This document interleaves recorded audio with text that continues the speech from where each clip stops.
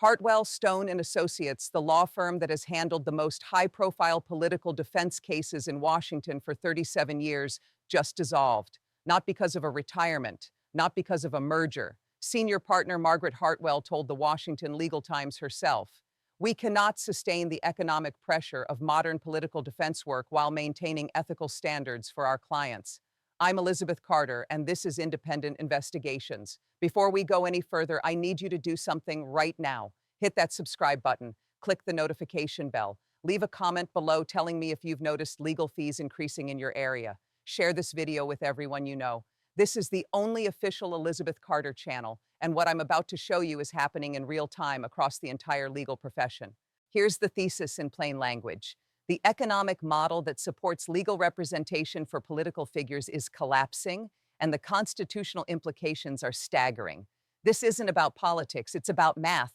Tonight, I'm going to walk you through the evidence that shows exactly how we got here, who saw it coming, and what it means for every single person who might someday need a lawyer. What happened at Hartwell Stone is not isolated. It is the visible crack in a foundation that has been weakening for years. And if you think this only affects politicians and wealthy clients, you need to keep watching. For nearly 4 decades, Hartwell Stone handled the cases that other firms wouldn't touch. When senators faced ethics violations, when cabinet members needed representation during congressional hearings, when political figures required defense against federal charges, Margaret Hartwell's phone rang first. The firm represented 3 Supreme Court nominees during confirmation battles, defended 2 governors through impeachment proceedings, and guided countless officials through Department of Justice investigations. The warning signs started 18 months ago. Legal industry analyst Dr. Robert Chen published a study in the American Bar Association Journal showing that political defense cases now require an average of 43% more billable hours than they did 5 years ago. The complexity has exploded. Every case involves multiple jurisdictions, federal and state coordination, media management, and what Chen called the social media documentation nightmare. Translation: what used to be straightforward legal defense has become a circus requiring small armies of lawyers, investigators, and communication specialists just to handle a single case. Margaret Hartwell saw the numbers firsthand. A typical political corruption defense that cost clients $300,000 in 2019 now routinely exceeds $800,000. The same case. Same basic legal principles, but the ecosystem around it has become impossibly complex and expensive. Here's where it gets interesting. The American Legal Economics Institute published data last month showing that political defense work now has the highest lawyer burnout rate of any legal specialty, 78% turnover annually. Think about that. The lawyers who specialize in the most consequential legal cases in our democracy are fleeing the profession faster than any other specialty. And the clients? They're not just politicians anymore. As political prosecutions have increased, more business executives, nonprofit leaders, and even local officials are finding themselves needing this specialized representation. The demand is skyrocketing just as the supply of qualified lawyers is collapsing. Have you noticed how much legal fees have increased in your community over the past 3 years? Because what's happening to political defense is a preview of what's coming to the entire legal profession. The economic model is breaking down everywhere, but political cases are just the canary in the coal mine. But here's what nobody is telling you about why Hartwell Stone really closed their doors. Let me tell you about Sarah Martinez. 25-year veteran of Hartwell Stone, daughter of a public defender, someone who believed that everyone deserves competent legal representation regardless of how unpopular their case might be. Sarah told the Legal Tribune last week, "I've been working 16-hour days for 2 years straight, and I still can't keep up with the caseload demands while providing the quality defense our clients deserve and our profession requires." Let that sink in. A quarter-century of experience, and she's drowning. Sarah's final case involved defending a state official facing federal corruption charges. The discovery process alone required reviewing 2.7 million documents. The prosecution had 11 attorneys and unlimited federal resources. Sarah's team had 4 lawyers and a budget that ran out 6 weeks before trial. She told reporters, "I had to choose between doing right by my client and keeping my practice financially viable. That choice should never exist in American law." But Sarah is not alone. Across the country, political defense attorneys are facing the same impossible equation. Michael Chen, a political defense client whose attorney withdrew mid-case when their firm dissolved, described the experience to CNN. One day I had experienced representation. The next day I'm scrambling to find someone willing to take a federal case with 6 weeks preparation time. Nobody wanted to touch it. Think about that. In America, a country built on the principle of legal representation, clients are being abandoned because the economics don't work. And it gets worse. The National Association of Criminal Defense Lawyers released internal data showing that political defense case costs have tripled since 2020, not because lawyers are getting greedier, because the cases themselves have become exponentially more complex. Every investigation now involves digital forensics, social media analysis, multi-jurisdictional coordination, and what attorneys call the media defense component. Translation: defending someone in court isn't just about the law anymore. It's about managing a three-ring circus of legal, technological, and public relations challenges that require specialized expertise at every level. Jennifer Walsh, a junior associate who left Hartwell Stone 3 months before it closed, painted the picture for the American Lawyer magazine. I was working 90-hour weeks, had no life outside the office, and still felt like I was failing my clients because there simply weren't enough hours to do the job properly. The partners kept saying we needed to be more efficient, but efficiency doesn't create more hours in the day. Here's the domino chain that destroyed Hartwell Stone and dozens of firms like it. First domino: political cases become exponentially more complex due to digital evidence and media scrutiny. Second domino: each case requires massive resource allocation that smaller firms cannot sustain. Third domino: lawyers burn out and leave the profession rather than compromise their ethics or their health. Fourth domino: remaining lawyers face impossible caseloads, creating a cycle of declining quality and increasing costs. Translation: the system is eating itself alive, and the people who need legal representation are paying the price. Remember when we talked about Sarah Martinez choosing between doing right by her client and keeping her practice viable? Hit that like button if you think that choice represents a fundamental crisis in how our legal system operates, because we're about to look at what happens when that choice becomes the norm rather than the exception. Here's what the legal profession doesn't want you to understand about how their economics actually work. When corporate spokespeople talk about maintaining competitive billing rates and maximizing efficiency, what they really mean is squeezing more billable hours out of fewer lawyers while keeping overhead costs as low as possible. Translation: work people harder, pay them less, charge clients more. Dr. Amanda Richardson, who studies legal profession economics at Georgetown Law, published research last year that should have been a wake-up call for everyone. Political defense cases now require an average of 4,200 billable hours compared to 1,800 hours in 2018. That's not because lawyers got slower. It's because the job fundamentally changed. Every case now involves digital forensics teams analyzing terabytes of data. Social media monitoring requires specialized investigators. Multi-jurisdictional cases demand attorneys licensed in multiple states. Media strategy requires communications professionals. Richardson told the Harvard Law Review, "We've taken what used to be a legal problem and turned it into a multimedia corporate campaign that happens to include some law." This isn't about politics. It's about math. There are 8,760 hours in a year. If a single case requires 4,200 hours and a lawyer can realistically bill 2,000 hours annually without destroying their health, you need more than 2 full-time attorneys per case. Add in research, preparation, and administrative work, and you're looking at a minimum team of 4 specialized lawyers per political defense case. At an average rate of $450 per hour, that's $1.8 million in legal fees alone. Before expert witnesses, before investigators, before the support staff that makes modern legal defense possible. Corporate legal departments understand this math perfectly. Johnson, Mitchell and Associates, a firm that has successfully navigated the changing landscape, restructured their entire business model 3 years ago. Senior partner David Johnson explained their approach to legal economics quarterly. "We stopped trying to compete on price and started competing on specialized capability. We hired fewer lawyers but paid them significantly more. We invested in technology and support systems. We accept fewer cases, but we do them right."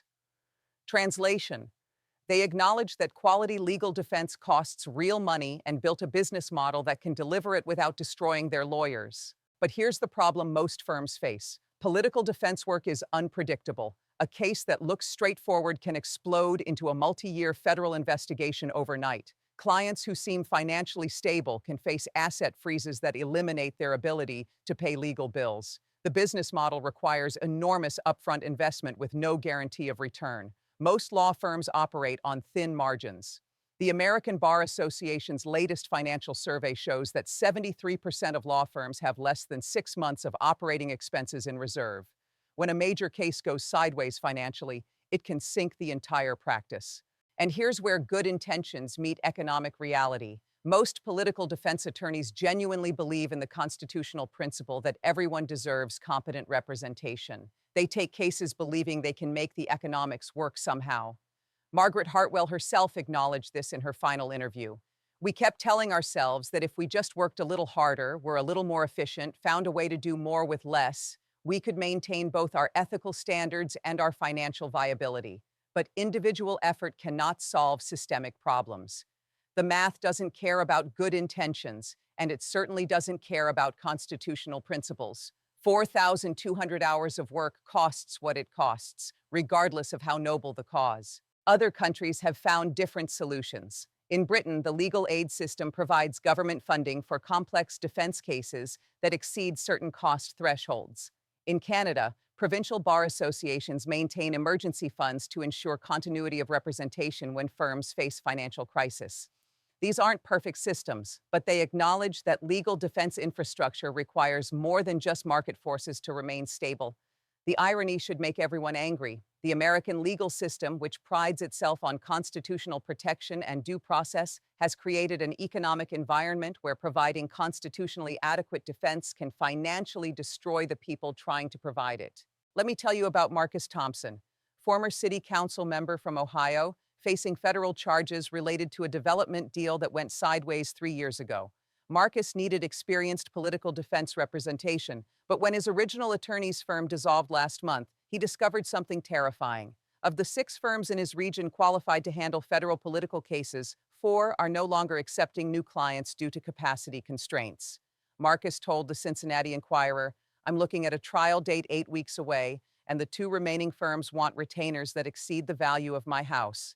The prosecutor has unlimited federal resources and a team of 12 attorneys. I might end up with a public defender who's never handled a political corruption case." Think about that constitutional math. The Sixth Amendment guarantees adequate legal counsel, but adequate counsel that costs more than most people's life savings isn't really accessible to anyone except the ultra-wealthy. Legal workforce analysts are predicting a crisis that will reshape the entire profession.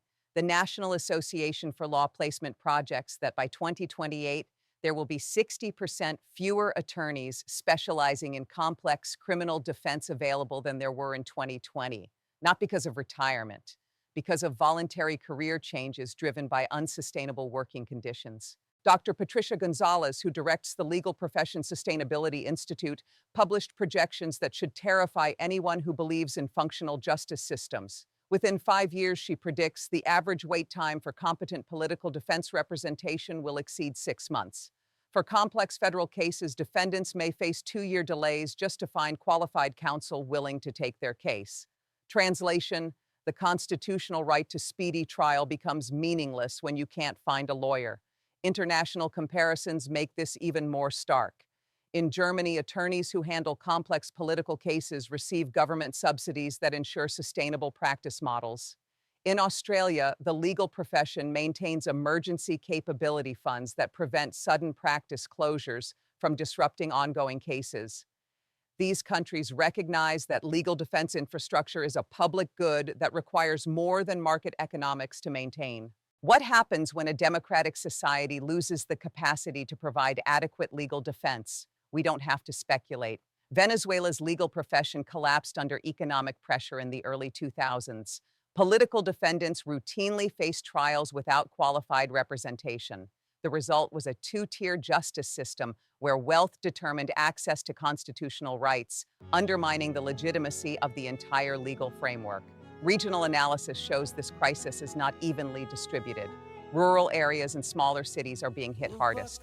The Legal Services Corporation reports that 47% of counties in America now have fewer than 2 attorneys qualified to handle complex federal criminal cases. Some rural districts have none at all.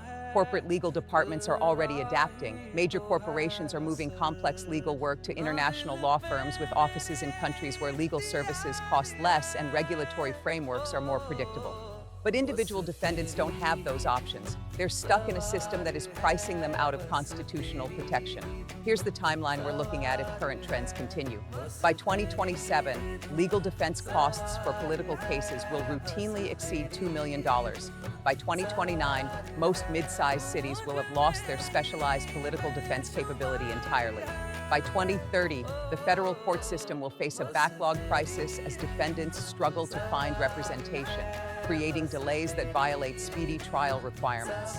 The Justice Department has remained conspicuously silent about this emerging crisis.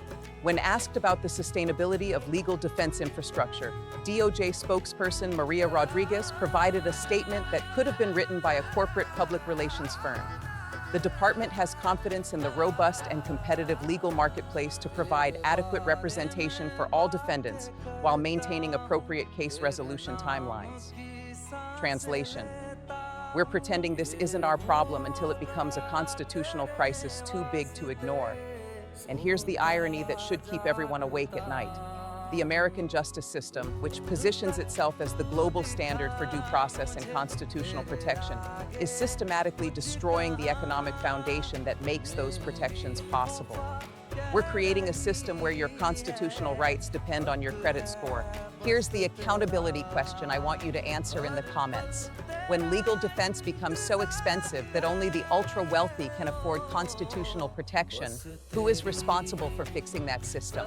Is it the individual lawyers trying to survive impossible economics? Is it the bar associations that set professional standards? Is it the government that created the regulatory complexity driving up costs? Or is it all of us for accepting a system where justice depends on your bank account? Because this story isn't over. It's being written right now in courtrooms across America, where defendants are showing up without adequate representation, in law firms that are making the same impossible choices Margaret Hartwell faced, in legal aid offices that are turning away clients they cannot afford to help. Sarah Martinez, the 25-year veteran we talked about earlier, is now working as a public defender, making 60% less than she earned at Hartwell Stone. Marcus Thompson, the Ohio City Council member, eventually found representation but had to mortgage his family's home to pay the retainer. Jennifer Walsh, the junior associate who left the profession, is now teaching high school civics and telling her students about a constitutional right that's becoming meaningless for most Americans. The legal profession needs transparency about the real costs of providing constitutional defense. The public needs to understand that quality legal representation requires sustainable economics. And the government needs to acknowledge that access to justice is infrastructure that requires the same kind of systematic support we provide for roads, schools, and national defense. Share this video with everyone you know, because the mainstream media isn't covering this crisis until it becomes too big to ignore. By then, it will be too late to fix it before more people lose access to constitutional protection. I'll be here documenting every firm closure, every case abandonment, every defendant who faces trial without adequate counsel.